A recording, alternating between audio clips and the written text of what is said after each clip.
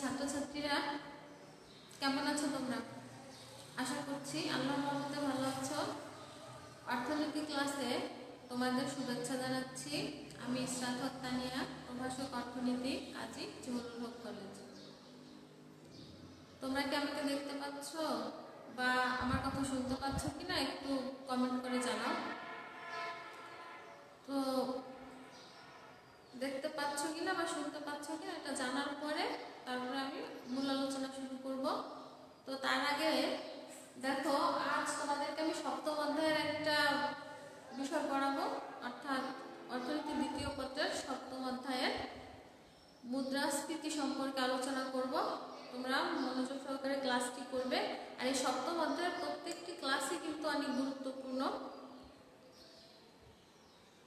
তোমরা একটু জানাও যে দেখতে পাচ্ছ কিনা বা শুনতে পাচ্ছ কিনা, তারপরে আমি তোমাদের পড়ানো শুরু করবো।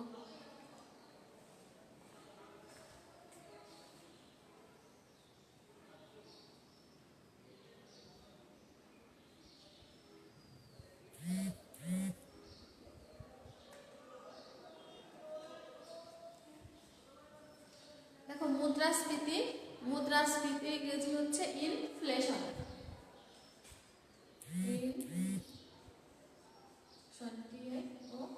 ইনফ্লেশন। তো মুদ্রাস্ফীতি এই শব্দটা থেকেই কিন্তু মুদ্রাস্ফীতি সম্পর্কে ধারণা পাওয়া যায়। মুদ্রা অর্থ কি? যা বিনিময়ের মাধ্যম, সঞ্চয়ের ভান্ডার, মূল্যের পরিমাপ।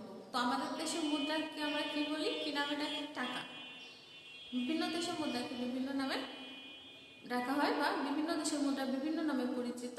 তো এই মুদ্রাস্ফীতি, মুদ্রা অর্থ আমাদের দেশে আমরা টাকা ধরে হিসাব করি, আর স্ফীতি অর্থ হচ্ছে বেড়ে যাওয়া। তো মুদ্রাস্ফীতি শব্দের অর্থ কি দাঁড়ায়? মুদ্রাস্ফীতি শব্দের অর্থ দাঁড়ায় যে অর্থের পরিমাণ বা মুদ্রার পরিমাণ অনেক বেড়ে যাওয়া।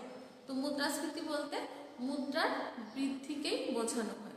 তো যখন উৎপাদনের পরিমাণ না বৃদ্ধি পেয়ে মুদ্রার পরিমাণ বৃদ্ধি পায়, সেই অবস্থাকে মুদ্রাস্ফীতি বলা হয়। উৎপাদনের পরিমাণ বৃদ্ধি পাচ্ছে, সাথে সাথে মুদ্রার পরিমাণও বৃদ্ধি পাচ্ছে, এটি অর্থনীতিতে কোনো খারাপ প্রভাব ফেলে না। যদি কোনো বিষয় অর্থনীতিতে খারাপ প্রভাব বা ভালো প্রভাব না ফেলে, সেটা নিয়ে কিন্তু আমরা আলোচনা করব না। যে বিষয় হয় খারাপ প্রভাব, না হয় ভালো প্রভাব ফেলবে, আমরা কিন্তু সেই বিষয়গুলো শিখব। তো যে কোনো স্বাভাবিক বিষয়ে কিন্তু কোনো আলোচনায় আসে না, কোনো ভালো বিষয় বা খারাপ বিষয় কিন্তু সবসময় আলোচনায় আসে, বা সেই বিষয়গুলোই আমাদের বেশি ভালো করে বুঝতে হয়। তো মুদ্রাস্ফীতিও কখনো ভালো প্রভাব কখনো খারাপ প্রভাব ফেলে অর্থনীতিতে। এই জন্য আমরা মুদ্রাস্ফীতি বিষয় সম্পর্কে ভালোভাবে জানব। তো যখন উৎপাদনের পরিমাণ বৃদ্ধি না পেয়ে মুদ্রার পরিমাণ বেড়ে যায়, সেই অবস্থাকে হচ্ছে মুদ্রাস্ফীতি বলে। অর্থাৎ দ্রব্য সামগ্রীর পরিমাণ বৃদ্ধি না পেয়ে মুদ্রার পরিমাণ বেড়ে যদি যায়, তাহলে কি হয়?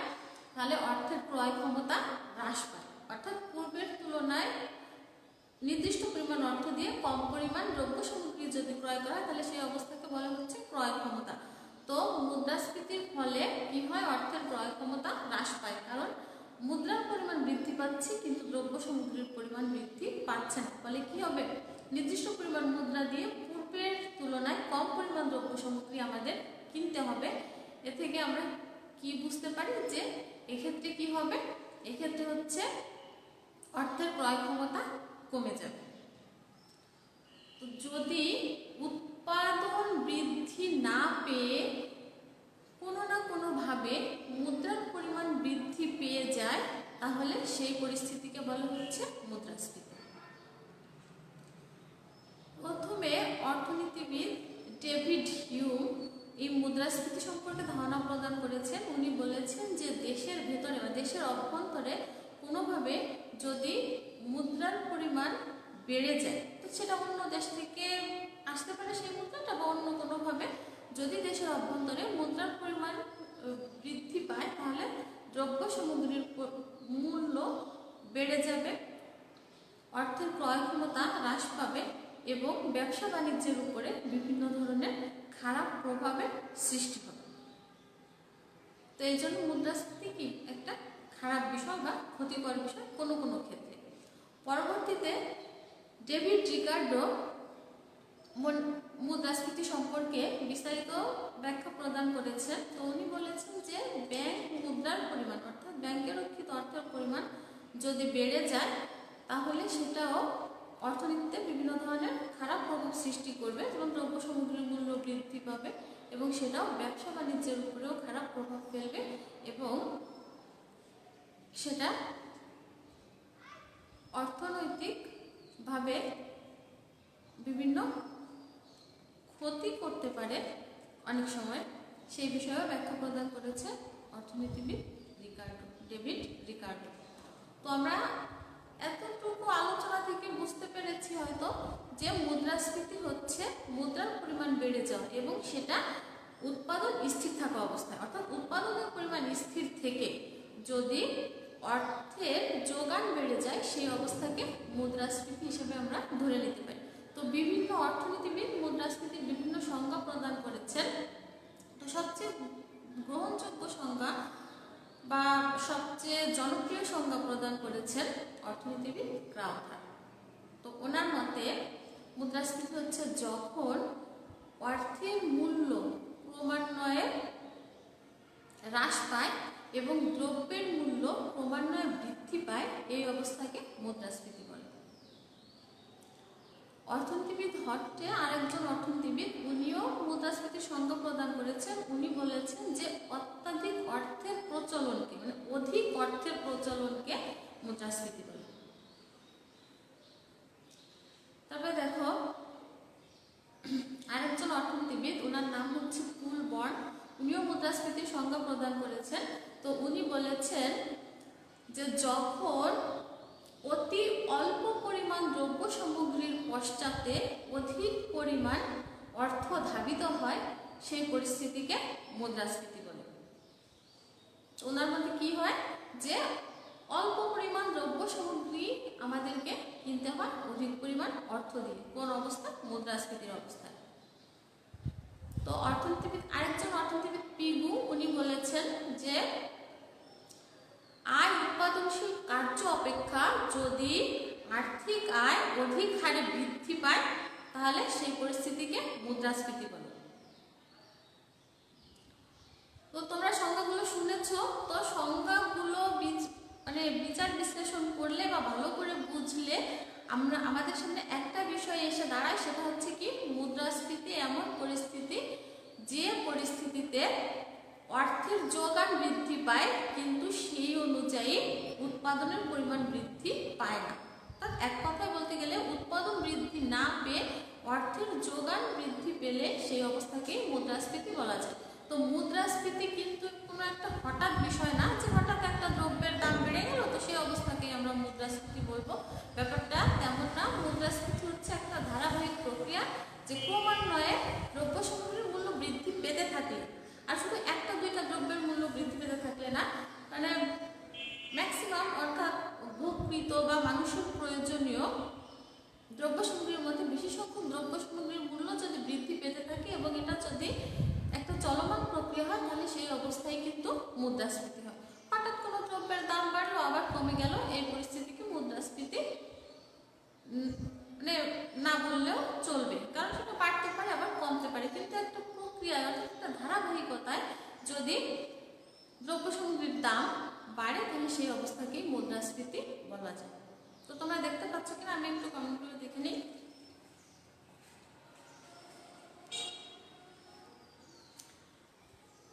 তো দেখো মুদ্রাস্ফীতির সংজ্ঞা থেকে আমরা মুদ্রাস্ফীতির কয়েকটি বৈশিষ্ট্য জানলাম। কি বৈশিষ্ট্যগুলো জেনেছি আমরা? যে মুদ্রাস্ফীতির সময়ে দ্রব্য সামগ্রীর মূল্য বৃদ্ধি পায়। কি হয়? দ্রব্য সামগ্রীর মূল্য বৃদ্ধি পায়। সাথে সাথে কি হয়? অর্থের ক্রয় ক্ষমতা কমে যায়। মুদ্রাস্ফীতির সময় কি হয়? অর্থের ক্রয় ক্ষমতা কমে যায়। আরো কি হয়? মুদ্রাস্ফীতির সময়ে অল্প পরিমাণ দ্রব্য বা সেবা আমরা বেশি পরিমাণ অর্থ দিয়ে ক্রয় করতে হয় আমাদের। মুদ্রাস্ফীতির সময়ে অল্প পরিমাণ দ্রব্য বা সেবা আমাদেরকে বেশি পরিমাণ অর্থ দিয়ে ক্রয় করতে হয়। আরেকটা ব্যাপার ঘটে দেখো, মুদ্রাস্ফীতির সময় সামগ্রিক চাহিদা সামগ্রিক যোগানের চেয়ে বেশি হয়, অর্থাৎ সামগ্রিক যোগান সামগ্রিক চাহিদার চেয়ে কম হয়। যে কোনো দ্রব্যের যে চাহিদাটুকু থাকে তার চেয়ে তার যোগান কম হয়। কখন? মুদ্রাস্ফীতির সময়। আরেকটা বিষয় দেখো, মৃদু মুদ্রাস্ফীতি সেটা অর্থনীতির জন্য ভালো, অর্থাৎ সেটা অর্থনীতিতে ভালো প্রভাব ফেলবে। মৃদু মুদ্রাস্ফীতি হচ্ছে কি, অল্প পরিমাণের মুদ্রাস্ফীতি, অর্থাৎ দ্রব্য সামগ্রীর মূল্য অল্প যদি বৃদ্ধি পায়, অল্প পরিমাণে বৃদ্ধি পায়, সেই অবস্থাকে বলে মৃদু মুদ্রাস্ফীতি। তো যদি দ্রব্য সামগ্রীর পরিমাণ অল্প, দ্রব্য সামগ্রীর মূল্য অল্প পরিমাণে বৃদ্ধি পায়, তাহলে কি হয়?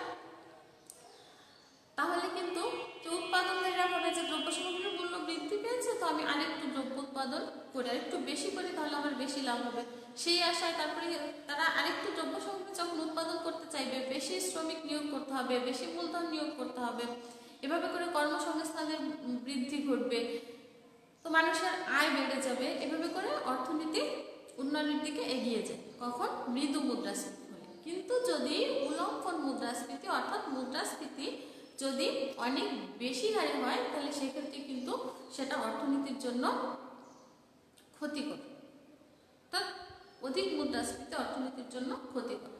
তো মুদ্রাস্ফীতি কিভাবে পরিমাপ করা যায়? মুদ্রাস্ফীতি পরিমাপের অনেক পদ্ধতি আছে, সেটা তোমাদেরকে পরবর্তী ক্লাসগুলোতে শিখিয়ে দিব। তো যদি কোনো একটা দ্রব্য সামগ্রীর মূল্য বৃদ্ধি পেয়েছে কিনা বা একটা দ্রব্যকে বিবেচনা করে সেটার মুদ্রাস্ফীতি কেমন হলো সেটা আমরা বের করতে চাই, তাহলে আমরা এই পদ্ধতিতে মুদ্রাস্ফীতি বের করতে পারবো। অর্থাৎ পরপর 2টা বছর, সেটা আরো হতে হবে কি, পরপর 2টা বছর। এই যে 2021 সাল, 2020 সালে একটা দ্রব্যের দাম কেমন ছিল, আর 2021 সালে এসে কতটুকু বেড়েছে। তো পরপর 2টা বছরে যদি কোনো দ্রব্যের মূল্য বেড়ে থাকে, তাহলে সেক্ষেত্রে মুদ্রাস্ফীতির হার কেমন হবে সেটা আমরা এই সূত্রের সাহায্যে বের করতে পারবো।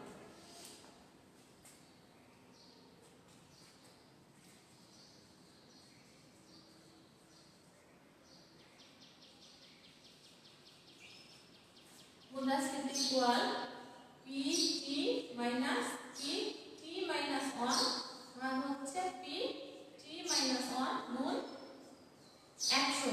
তো এক্ষেত্রে PT দিয়ে কোনো নির্দিষ্ট সময়ে কোনো দ্রব্য সামগ্রীর মূল্যকে বোঝানো হয়েছে, PT মাইনাস 1 দিয়ে T সময়ের পূর্ববর্তী সময়ে ওই দ্রব্য সামগ্রীর মূল্যকে বোঝানো হয়েছে, আর 100 তো 100।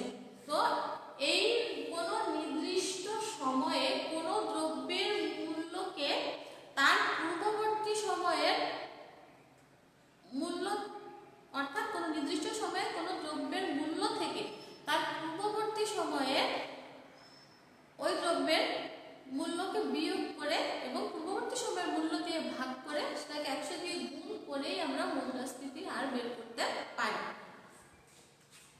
এটাকে আমরা এই সূত্রেও লিখতে পারি PN মাইনাস P0 বা P0 গুণ 100। এই ক্ষেত্রে N দিয়ে হচ্ছে চলতি বছর এবং নট দিয়ে P0 দিয়ে হচ্ছে ভিত্তি বছর। তো চলতি বছর হচ্ছে পরবর্তী সময় এবং নট হচ্ছে পূর্ববর্তী সময়। তো পরপর 2টা বছর যদি 2020-21 আমরা ধরে নেই, তাহলে PN দিয়ে 2021 সাল এবং P0 দিয়ে আমরা 2020 সাল বোঝাবো। তো এই দুটো সূত্র একই, শুধু জাস্ট একটু লেখার পার্থক্য। তো যে কোনো সূত্র প্রয়োগ করেই আমরা মুদ্রাস্ফীতির হার বের করতে পারবো।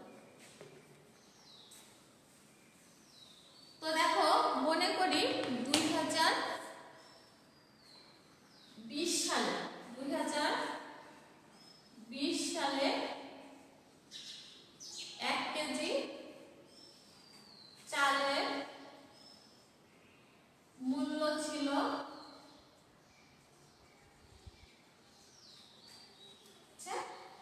40 টাকা, আর 2021 সালে এই 1 কেজি চালের মূল্য হয়েছে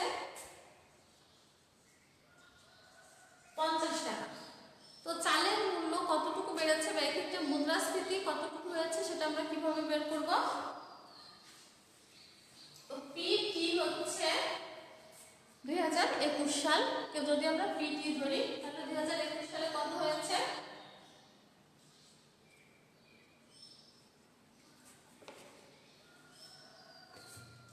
50 টাকা মাইনাস পিটি মাইনাস 1 অর্থাৎ টি এর পূর্ববর্তী সময়, তো সেটা ছিল হচ্ছে 2020 সাল, তখন ছিল 40 এবং 40 গুণ 100। তো 50 থেকে 40 গেলে কত? 10 ভাগ 40 গুণ 100। এই 40 এর শূন্য, 10 এর শূন্য, তাহলে উপরে কত থাকে? 100 আর নিচে 4, তাহলে ইকুয়াল 25। তাহলে মুদ্রাস্ফীতি হচ্ছে 25%। তো আশা করি তোমরা বুঝতে পেরেছো যে কিভাবে পরপর 2টা বছরের দ্রব্য সামগ্রীর মূল্য দেওয়া থাকলে মুদ্রাস্ফীতি নির্ণয় করতে হবে। এবার আমরা একটু চিত্রের সাহায্যে এই মুদ্রাস্ফীতির বিষয়টিকে ভালো করে বুঝে নেই।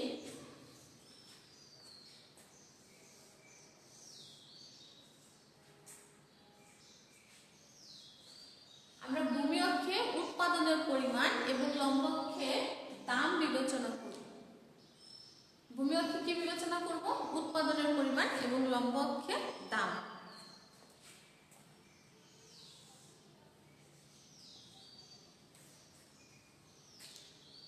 তো আরেকটা বিষয় তোমাদের সাথে আলোচনা করি, দেখো যে মুদ্রাস্ফীতি মূলত যদি পুনর্নিয়োগ অবস্থার পরে ঘটে তাহলে সেই মুদ্রাস্ফীতি হচ্ছে প্রকৃত মুদ্রাস্ফীতি। তো আমরা যে আলোচনা করছি, আমরা ধরে নিই যে পুনর্নিয়োগ অবস্থার পরেই হচ্ছে মুদ্রাস্ফীতি হচ্ছে। পুনর্নিয়োগ কি? যখন কোনো দেশে কাজ করতে সক্ষম এবং কাজ করতে ইচ্ছুক এরকম জনগণের কোনো জনগণই বেকার না থাকে, অর্থাৎ প্রচলিত মজুরিতে কাজ করতে সক্ষম এবং কাজ করতে ইচ্ছুক প্রত্যেক ব্যক্তি কর্মে নিযুক্ত আছে।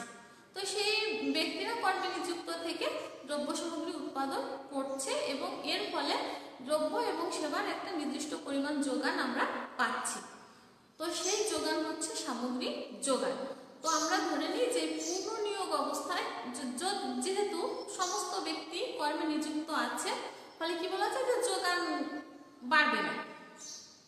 কারণ যদি বেশি ব্যক্তি কর্মে নিযুক্ত না থাকে, মানে আরো বেশি ব্যক্তিকে কর্মে নিযুক্ত না করা যায়, তাহলে তারা কাজ করে কিভাবে হচ্ছে যোগান বাড়াবে। যেহেতু হচ্ছে প্রত্যেক ব্যক্তি কর্মে নিযুক্ত আছে, দেশের সমস্ত সম্পদকে তারা ব্যবহার করে একটা নির্দিষ্ট পরিমাণ যোগান দিচ্ছে, ফলে আমাদের সামগ্রিক যোগান স্থির, এটা আমরা ধরে নিব।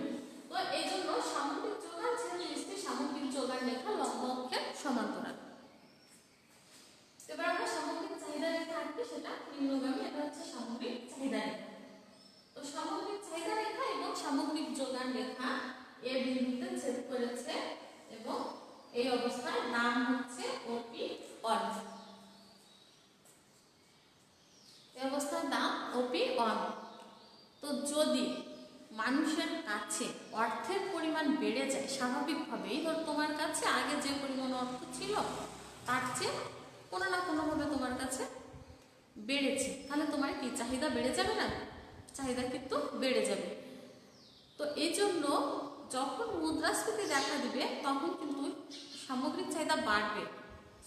মুদ্রাস্ফীতি দেখা দিবে না, তোমার হাতে অর্থের পরিমাণ বাড়বে বা আমাদের হাতে অর্থের পরিমাণ যখন বাড়বে তখন কি হবে? আমাদের সামগ্রিক চাহিদাও বেড়ে যাবে। তো এই সামগ্রিক চাহিদা বেড়ে যাওয়ার কারণে কিন্তু দ্রব্য সামগ্রীর মূল্য বেড়ে যাবে, যে অবস্থাকে আমরা মুদ্রাস্ফীতি বলি। তো বিষয়টি চিত্রে দেখে নেই।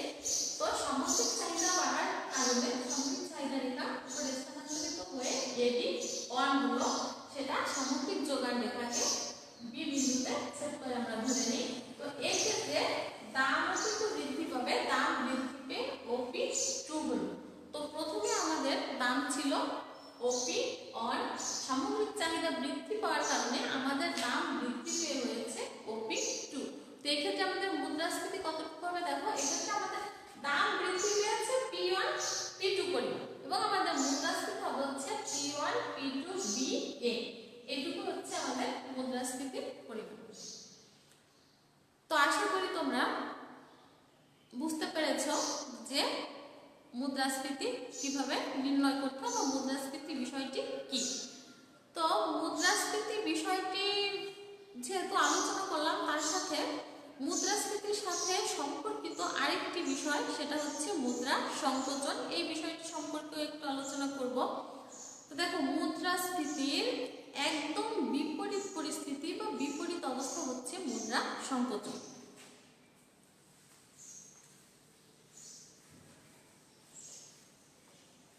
আরেকবার একটু তোমাদের কমেন্টগুলো দেখে নেই।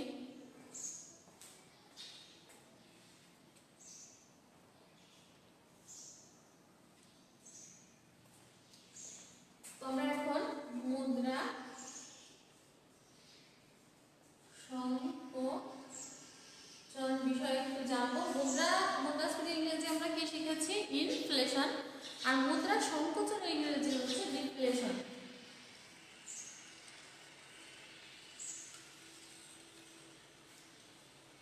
মুদ্রাস্ফীতিতে মুদ্রার পরিমাণ কি হয়? বেড়ে যায়। আর মুদ্রা সংকোচনে কি হয়? মুদ্রার পরিমাণ কমে যায়। সংকোচন মানে তো কমে যাওয়া, সেটা তোমরা জানো। তো মুদ্রা সংকোচনে কি হয়? মুদ্রার পরিমাণ বা অর্থের পরিমাণ কমে যায়। তো মুদ্রা সংকোচন কি বা কাকে বলে সেটা যদি বলতে হয় তাহলে আমাদের কি বলতে হবে? যদি অর্থনীতিতে মুদ্রার পরিমাণ কমে যায় তাহলে সেই অবস্থাকে মুদ্রা সংকোচন বলে। তো এই মুদ্রা সংকোচনের ফলে কি হয়? আয়ের পরিমাণ কমে যায়, উৎপাদনের পরিমাণ কমে যায়, বিনিয়োগের পরিমাণ কমে যায়। এবং আমরা মুদ্রাস্ফীতিতে শিখেছি যে সামগ্রিক চাহিদার তুলনায় সামগ্রিক যোগান কম থাকে। আর মুদ্রা সংকোচনের বেলায় কি হয়? সামগ্রিক চাহিদার তুলনায় সামগ্রিক যোগানের পরিমাণ বেশি হয়। তো যেহেতু মুদ্রাস্ফীতি এবং মুদ্রা সংকোচন দুইটা বিপরীতমুখী বিষয়, ফলে এই দুইটার কিন্তু পার্থক্য আছে। তো মুদ্রাস্ফীতি এবং মুদ্রা সংকোচনের পার্থক্য আমাদের খুব ভালোভাবে বুঝতে হবে বা শিখতে হবে।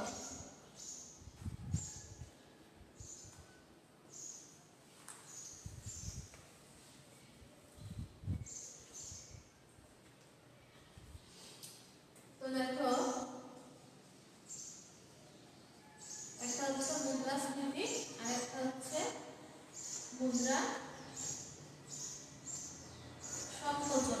তো মুদ্রাস্ফীতিতে আমরা শিখেছি যে দ্রব্য সামগ্রীর উৎপাদনের তুলনায় অর্থের পরিমাণ বেশি থাকে, অর্থাৎ সামগ্রিক যোগানের তুলনায় সামগ্রিক চাহিদা বেশি হয়। আর মুদ্রা সংকোচনের ক্ষেত্রে কি হয়? দ্রব্য সামগ্রী উৎপাদনের তুলনায় মুদ্রার পরিমাণ কম থাকে, অর্থাৎ সামগ্রিক যোগানের তুলনায় সামগ্রিক চাহিদা কম হয়। দেখো, মুদ্রাস্ফীতির সময় বিনিয়োগ বেশি হয়। মুদ্রাস্ফীতির ফলে কি হয়? বিনিয়োগের পরিমাণ বেশি হয়। আর মুদ্রা সংকোচনের সময় বিনিয়োগের পরিমাণ কম হয়। দেখো, এক্ষেত্রে কি হবে? মুদ্রাস্ফীতির সময় সামগ্রিক চাহিদা সামগ্রিক যোগানের চেয়ে বেশি, আর মুদ্রা সংকোচনের সময় সামগ্রিক যোগান সামগ্রিক চাহিদার চেয়ে বেশি। দেখো, মুদ্রাস্ফীতি হচ্ছে বিনিয়োগ বৃদ্ধি পায়, আর এক্ষেত্রে হচ্ছে বিনিয়োগ হ্রাস পায়। এরপরে দেখো, মুদ্রাস্ফীতির সময় কিন্তু উৎপাদনের, যেহেতু বিনিয়োগ বৃদ্ধি পাচ্ছে ফলে কি হবে? উৎপাদনের পরিমাণও বৃদ্ধি পাবে। তো মুদ্রাস্ফীতির সময় উৎপাদন বৃদ্ধি পায়, মুদ্রা সংকোচনের সময় উৎপাদন হ্রাস পায়।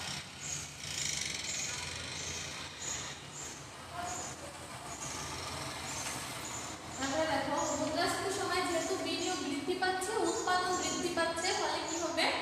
ফলে কিন্তু মানুষের জীবনযাত্রার মানও বৃদ্ধি পাবে। জীবনযাত্রার মান বৃদ্ধি পায়। আর এক্ষেত্রে মুদ্রা সংকোচনের সময় জীবনযাত্রার মান হ্রাস পায়। পরে দেখো, যেহেতু জীবনযাত্রার মান বৃদ্ধি পাচ্ছে, উৎপাদন বৃদ্ধি পাচ্ছে, এক্ষেত্রে কর্ম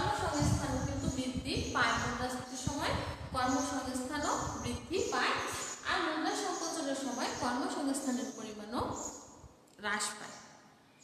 তো আমরা কি বুঝলাম যে মুদ্রাস্ফীতি হচ্ছে মুদ্রা সংকোচনের সম্পূর্ণ বিপরীত। তো তোমাদের বইয়ে এই মুদ্রাস্ফীতি এবং মুদ্রা সংকোচনের উপরে যে যে অংশটুকু লেখা আছে সেটুকু ভালো করে পড়বে। তারপরে যদি বুঝতে কোনো সমস্যা হয় আমাকে মেসেঞ্জারে নক করবে। তো আগাম ক্লাসে মুদ্রাস্ফীতির প্রকারভেদ এবং মুদ্রাস্ফীতি নির্ণয়ের আরেকটা পদ্ধতি শেখাবো। আগামী ক্লাসটা তোমরা মনোযোগ সহকারে পড়বে। ভালো থেকো। আল্লাহ হাফেজ।